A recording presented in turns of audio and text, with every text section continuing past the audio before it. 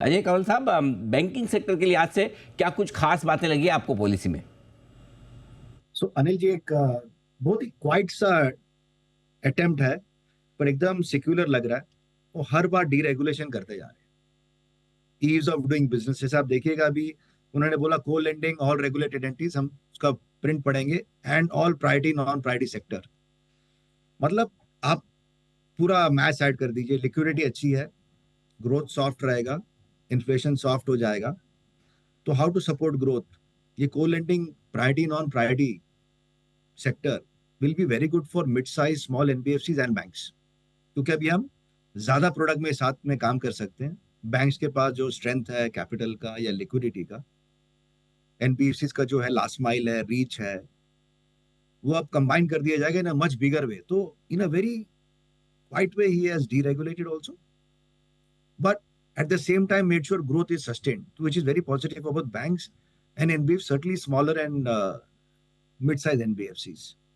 उन्होंने फिर अनाउंस किया कि गोल्ड लोन में भी हार्मोनाइजेशन आ रहा है। We'll read what it means, but I do think every time at every MPC meeting and in between whatever comes out, there is a very secular path of making things easier, harmonizing things, and really pushing growth. So वो तो reality है। And to Ajay Bagga's point, देखिए absolutely true, but आज से जो नया loan होगा ना, डिपॉजिट तो हमने घटा दिया, पर जो नए लोन शुरू हो जाएंगे वहां सॉफ्टनेस आ जाएगी हमारी रेट्स में ऑलरेडी।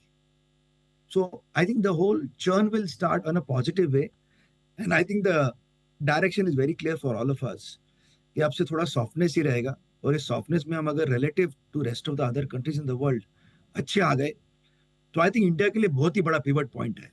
मतलब टैरिफ का प्रेशर है, एक्सपोर्ट का प्रेशर है, पर हम वाकई वर्ल्ड के ऑल्टरनेट मैन्युफैक्चरिंग हब बन गए, which I think is that pivotal moment given all the geopolitics in the world. I think we probably will come out of this year much stronger if we can manage that piece very well. So I'm actually very bullish कि ये सारे tariff के चक्कर में India का भला हो जाएगा। अजय कंवल साहब, आपने अभी कहा भी कि आपने ऑलरेडी डिपॉजिट्स पर ब्याज दरें घटाना शुरू की है। अब लगातार दो पॉलिसी में 1/4% ब्याज दरें घटने के बाद ½ % ब्याज दरें घटी है। क्या लगता है आपको, लेंडिंग रेट्स कब तक घटना शुरू होंगी? इसका असर कब तक दिखेगा सर? सो अनिल जी, अभी तो सब लोग इन पॉलिसी के बाद सब समझ रहे हैं कि सॉफ्टनेस होगी। वो सॉफ्टनेस को एड्रेस करने के लिए ऑब्वियसली लेंडिंग रेट एड्रेस कर देंगे हम लोग। लिक्विडिटी तो गवर्नर जी ने बताई है, बैंकिंग सरप्लस अभी करीबन 1.5 लाख करोड़ है, गवर्नमेंट सरप्लस 2.5 लाख करोड़ है। सो लिक्विडिटी बेटर है, रेट डाउनवर्ड ट्रेंड पे है, जीडीपी में सॉफ्टनेस, तो सब अभी रेट तो डाउनवर्ड ट्रेजेक्टरी शुरू हो जाएगी।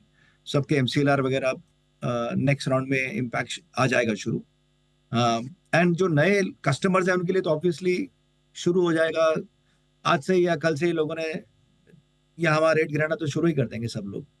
And the other more important thing is को लेंडिंग में गोल्ड लोन की आप बात कर रहे थे, पंकज जी बोल रहे थे।